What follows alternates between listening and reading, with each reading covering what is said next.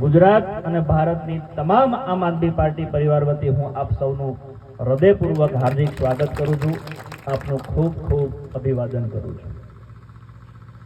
આપ સૌ અહીંયા આવ્યા છો તો એનો મતલબ એવો છે કે ગુજરાતની જનતા એનો આત્મા જાગતો થયો છે.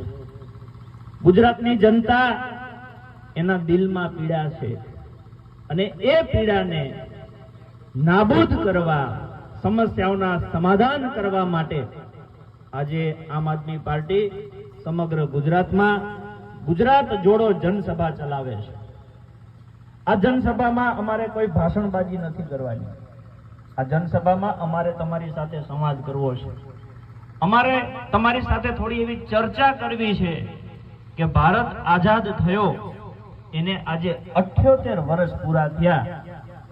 એની પહેલા આપણે અંગ્રેજોના ગુલામ હતા, એની પહેલા આપણે મુગલોના ગુલામ હતા, એની પહેલા આપણે ખિલજીઓના ગુલામ હતા. આ 650 વર્ષથી વધારે ગુલામ રહ્યા. તો અંગ્રેજો શું અહીંયા જખ મરાવા આવ્યા હતા? અંગ્રેજો આપણું મોઢું જોવા અહીંયા આવ્યા હતા? એ ધોળા અંગ્રેજો આપણને લૂંટવા આવ્યા હતા અને એમને જેટલું લૂંટાતું હતું એટલું લૂંટ્યું. પણ એક ગાંધીજી જેવો માણસ, એક સરદાર વલ્લભભાઈ પટેલ જેવો વ્યક્તિ જાગ્યો કે આ લોકો ક્યાં સુધી લૂંટશે?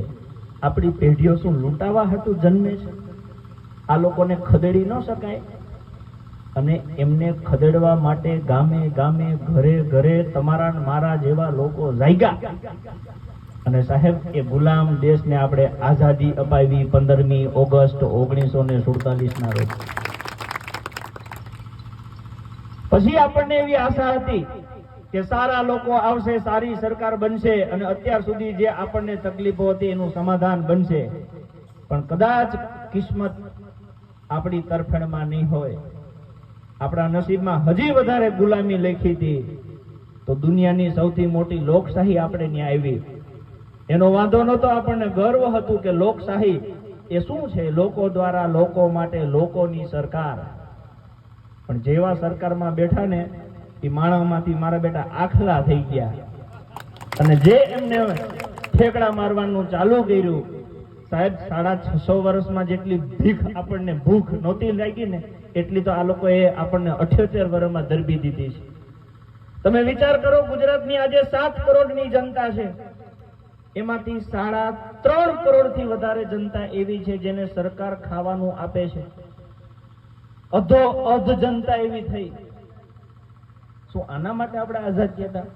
એના કરતા તો અંગ્રેજો હારા હતા ભાજપ કરતા. પછી એ ખાવાનું નહોતા દેતા, અમે કામ તો દેતા હતા. આ તો ખાવાનું નથી દેતા, માગો પાસે મારે છે, વાહ કાબરા કરી નાખે જો હામાં પડો તો. હવે પ્રશ્ન એ છે કે આ પીડા છે તો કે એનું સમાધાન છે? તમે કે ગઢવી સાહેબ કહો છો, અમને ખબર પડે છે પીડા છે, ગરીબી છે, ભય છે, ભૂખ છે, ભ્રષ્ટાચાર છે, પીડાઈએ જ છીએ. રસ્તો શું? તો રસ્તો જાણતા પહેલા પીડા ઉદ્ભવ કઈ રીતે થઈ ને એ જાણવું જરૂરી છે. આપણે આઝાદ થયા પછી આપણે નક્કી કર્યું કે દેશ કેવી રીતે ચાલશે. જેમ અહીંયા બેઠેલા દરેક વ્યક્તિ એક ઘરમાંથી આવે છે. આવીએ છીએ ને આપણે, બધાનું ઘર છે ને, તો ઘરમાં 5-6 જણા હોય. એક વ્યક્તિ કદાચ કમાતો હોય, કોઈ ઘરમાં 2 વ્યક્તિ કમાતા હોય. સામે 3 જણા કાંઈ ન કરતા હોય. નાનું બાળક હોય તો થોડું કમાવા જાય, એને ખાવા જોઈએ ને. એની જવાબદારી કોની હોય? ઘરમાં જે મોટા હોય એની. પછી માની લો કે આપણા 5, 15, 20, 25, 50 ઘર ભેગા થાય એટલે ગામ બને. તો એ ગામની પણ વ્યવસ્થા હોય. ગામમાં માની લો 500 માણસ રહેતા હોય, જેને મજા આવે રોડ બનાવે. એવું થાય? ન થાય. તો એ ગામની વ્યવસ્થા કરવા માટે શું કરવું પડે? તો કે ગામ આખું ભેગું થઈને એક વ્યક્તિ સરપંચ બનાવે. પછી સરપંચ નક્કી કરે કે રોડ બનાવો કે નથી બનાવો. આવું હોય ને? તો આવા ગામ ભેગા થાય એટલે તાલુકો બને છે. આવા તાલુકા ભેગા થાય પછી જિલ્લો બને છે. આવા જિલ્લા ભેગા થાય એટલે રાજ્ય બને છે. અને રાજ્ય ભેગા થાય એટલે દેશ બને છે. આ બધાની વ્યવસ્થા કેવી રીતે નક્કી થાય? તો કે એના માટે 5 વર્ષે એકવાર ચૂંટણી થાય. અને એ ચૂંટણીમાં 18 વર્ષથી ઉપરના લોકો છે એ પોતાનો પવિત્ર મત આપે. જેને વધારે મત મળે તો કે એ વહીવટ કરે. આટલી વસ્તુ બધાને ખબર પડે. બોલો હાથ ના? ઘણી વખતે આપણે વાતો કરવા જઈએ ને ગામડામાં તેવું કે અમે ગામડાના અભણ માણસ, એમને આટલી ખબર ન પડે અભણ ને છે. તમે તો ઉપરથી ભણેલા કરતા વધારે હારા છો, કેમ કે તમારી અંદર માનવતા જીવે છે, તમારી અંદર સંવેદના જીવે છે. જે ભણી લે છે એ કદાચ સંવેદના ભૂલી જાય છે. હવે આપણા બંધારણમાં એક શબ્દ છે જાહેર નોકર. શું શબ્દ છે? જાહેર નોકર. જે વ્યક્તિ ભણી ગણીને નોકરી કરે છે, અધિકારી બને છે, આપણા કામ કરવા માટે જે નિમણૂક પામે છે, એના માટે શબ્દ શું છે? જાહેર નોકર. આપણે એને શું કહીએ છીએ? સાહેબ. હું આવું સાહેબ, હું જઉં સાહેબ, હું બેસું સાહેબ. હવે એ સાહેબની વાસ્તવિકતા તમને હું બતાવું. સમય છે ને તમારી પાસે? હા, તો વાંધો નહીં, નકે એવું પ્રમાણે ઉતાવળ કરું એમ. તો પ્રશ્ન એ છે કે આ આખી સિસ્ટમ કેવી રીતે ચાલે? જેમ આપણું ઘર છે એ પૈસાથી ચાલે, તો આ રાજ્ય પણ કેવી રીતના ચાલે? પૈસાથી. કોના પૈસા? કોના પૈસા? આપણે શું કહીએ? સરકારના પૈસા. હવે હું તમને સરકાર સમજાવું, સરકાર પાસે પૈસા કેવી રીતે આવે છે. અહીંયા બેઠેલો દરેક વ્યક્તિ કદાચ ખેતીવાડી કરતા હશે, પશુપાલન કરતા હશે, પોતાને ગાયો ભેંસો હશે, તો એને દૂધ વેચાતું લેવું પડતું નહીં હોય. વધારે દૂધ હશે તો આપણે ડેરીમાં દેતા આવીશું, દઈએ છીએ ને? ચલો, 1 લીટરના કેટલા રૂપિયા તમને દઈએ છે? તમે 1 લીટર દૂધ વેચી આવો તો તમને કેટલા રૂપિયા આપે છે? ઓકે, ફેટ પ્રમાણે 30, 40, 50. મને ખબર છે ત્યાં સુધી 9 ફેટનું દૂધ હોય તો લગભગ કદાચ લીટરના 50 રૂપિયા આપે છે. કેટલા? 9 ફેટ. એ દૂધ ડેરીમાં જાય એટલે 9 ફેટમાંથી મલાઈ કાઢી લે અને 4.5 ફેટનું દૂધ ગાંધીનગરમાં 68 રૂપિયા લીટર વેચાય છે. કેટલા? 68 રૂપિયા. ઈ પાછું કેટલા ફેટનું? 4.5 ફેટનું, જે તમને અહીં 25 રૂપિયા નો દે. તો તમને પૈસા 25 નો દે, ત્યાં 68 લે છે, તો આ વહીવટ કેવી રીતે થાય છે? એટલે ડેરીમાં જો ચૂંટણી થતી હતી બંધ કરાવી દીધી. પોતાના બાપાની પેઢી છે માગે છે. કેમ? તો કે ખબર છે કે મલાઈ અહીંથી અમને ખાવા મળે છે. ઈ મલાઈ ખાઈને એના છોકરા હાંડ થઈને રખડે છે અને આપણા છોકરા ભૂખે મરી જાય છે. ઈ પીડા લઈને તમારી વચ્ચે આવ્યા છે કે તમને ખબર પડે કે આ બધું ક્યાં ડોળાય છે. સાહેબ, સવારે ઉઠીએ એટલે સૌથી પહેલા આપણે ચા પીતા હોઈએ છીએ. એમાં તમે ચા પત્તી નાખો છો, એ તો તમે ઘરે નથી બનાવતા ને, દુકાનેથી જ લાવીએ છીએ ને. ગરીબમાં ગરીબ માણસ, માની લો ભીખ માંગીને જીવતો હોય, ઈ ચા પત્તી લેવા દુકાનમાં જાય તો મફત દે, પૈસા લે. 300 રૂપિયા કિલો ચા પત્તી હોય તો એની ખરેખર કિંમત 240 રૂપિયાની આસપાસ હોય છે. કેટલી? 240. તમારી પાસે કેટલા લે છે? 300.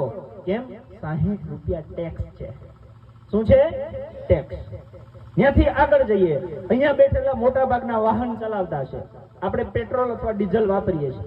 માની લો કે તમે પેટ્રોલ ભરાવા ગયા અને 96 રૂપિયા લીટર પેટ્રોલ પુરાવ્યું, તો શું એની કિંમત 96 રૂપિયા છે? નહીં, એની કિંમત 36 રૂપિયા છે. 60 રૂપિયા પર લીટર એના ઉપર ટેક્સ લગાવે છે. ખ્યાલ પડે છે?